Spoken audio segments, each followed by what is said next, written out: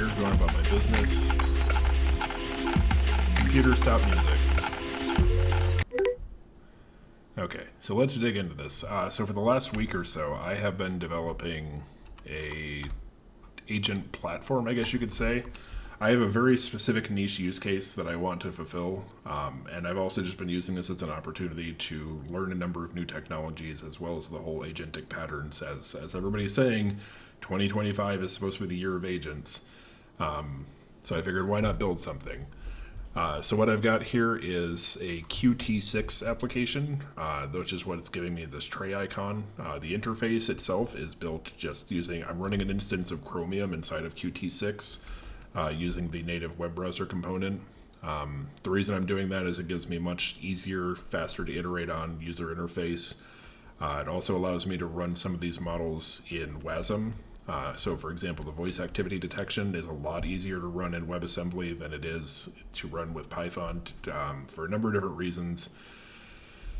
Everything else is running native, so the LLM is just talking to an OpenAI compatible API backend. In this case, I'm using LM Studio to serve that up. I'm using a 1.7b parameter model, so super tiny model. The text-to-speech is using Kokoro, which I also have running natively. So let's go ahead and do a demo here. Computer, tell me about yourself. I'm an AI language model developed to Computer, assist stop. and answer. I'm sorry for any confusion. Computer, stop. But I don't. So I can interrupt this. So you can see a few things happen there. Obviously, it's able to give me a response. In this case, the transcription didn't quite work well. The transcription is using Moonshine. I do have an additional option here for doing speech-to-text cleanup, where it will pass that transcription to an LLM and attempt to clean up, any incorrect words or out-of-context words. So, for example, the word sub is probably not going to make sense, and so it would clean that up.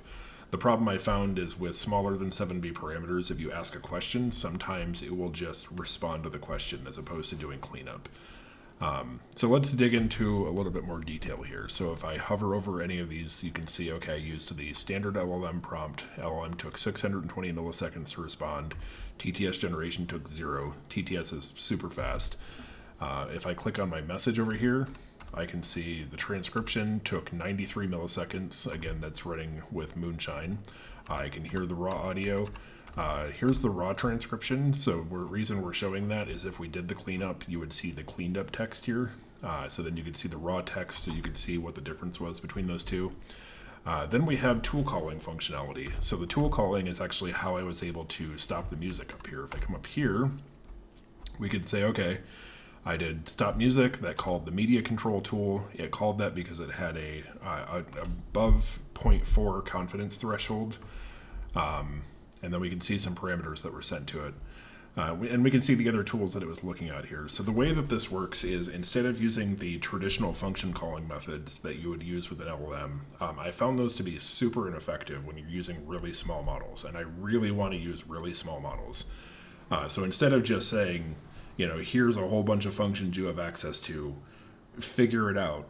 Instead, what I am doing is I am taking the definitions for all of these different tools, so their name, their parameters, their description, and then I am passing those into a vector embedding model. And then whenever you make a query, I query the vector embeddings to say, what is the most likely tool that you were looking for here?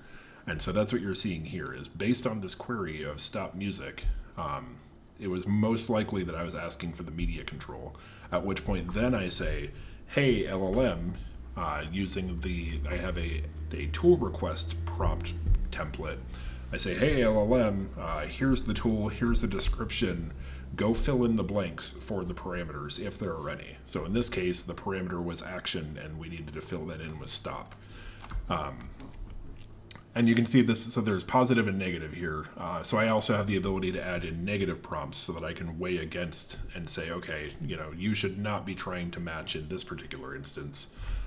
So yeah, that's the gist. It's pretty nice so far. I'm really enjoying working on it. It's been really powerful considering how small this model is, but I'm also doing a lot of heavy lifting on the back end. So things like this, passing in, the vector embeddings as opposed to letting the model do the heavy lifting. Using the speech to text cleanup as opposed to letting the transcription just run solo. You can see down here I have the ability so I have these built-in hard commands.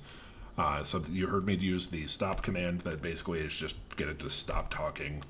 I can do things like computer mute. Oh, right. So that, because my wake word didn't come at the end of a sentence, because it picked that up as a long run-on sentence, which it kind of was, it didn't pick up the wake word. Computer mute. So what this does is it's still actually listening and still doing speech detection and transcription, but now it's not going to respond to any commands unless I give it the unmute command. So this way I can get, stop listening to me, but I need you to be able to start listening again in the future. Computer unmute. Right, long run-on sentence again. Computer unmute. Okay, so we can see I had an issue here with this transcription, so it picked up on mute. So what I'm going to go ahead and do is say on mute. And so now that is a valid unmute command, so that I can work around the inefficiencies of the very small transcription model. Computer unmute. Okay, there we go. So now it'll actually listen to other commands other than just the unmute. So that's why I have this down here. So I can have multiple variations of a command, but then I can also add in variation to account for, the fact that I'm using really tiny models that have inaccuracies based on microphone, background noise, or simply just the fact that these models are super small with the intention of making them run super fast. So yeah, I've pop over here to look at the tools a bit. So having a brain fart because I'm recording. So the tool definitions are pretty straightforward.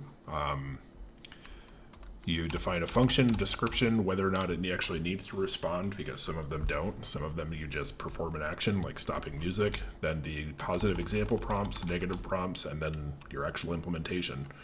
It's pretty straightforward.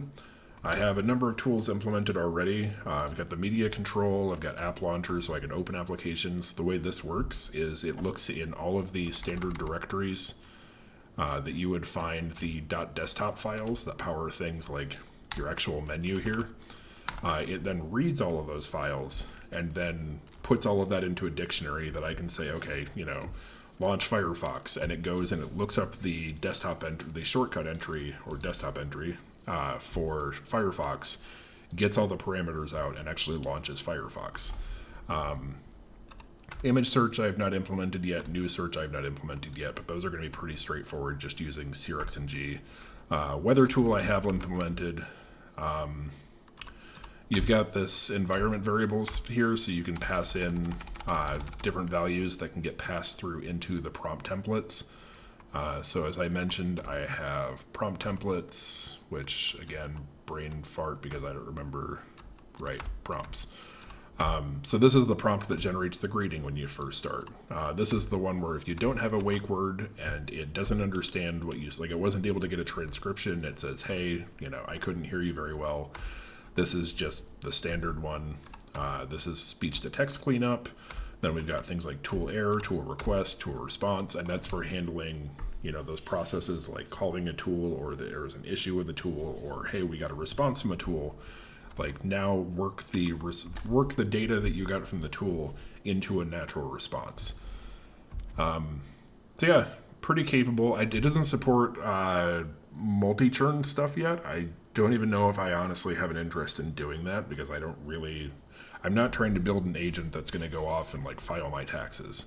I'm trying to basically build a natural language powered voice control. That is ultimately the niche use case that I'm trying to fulfill.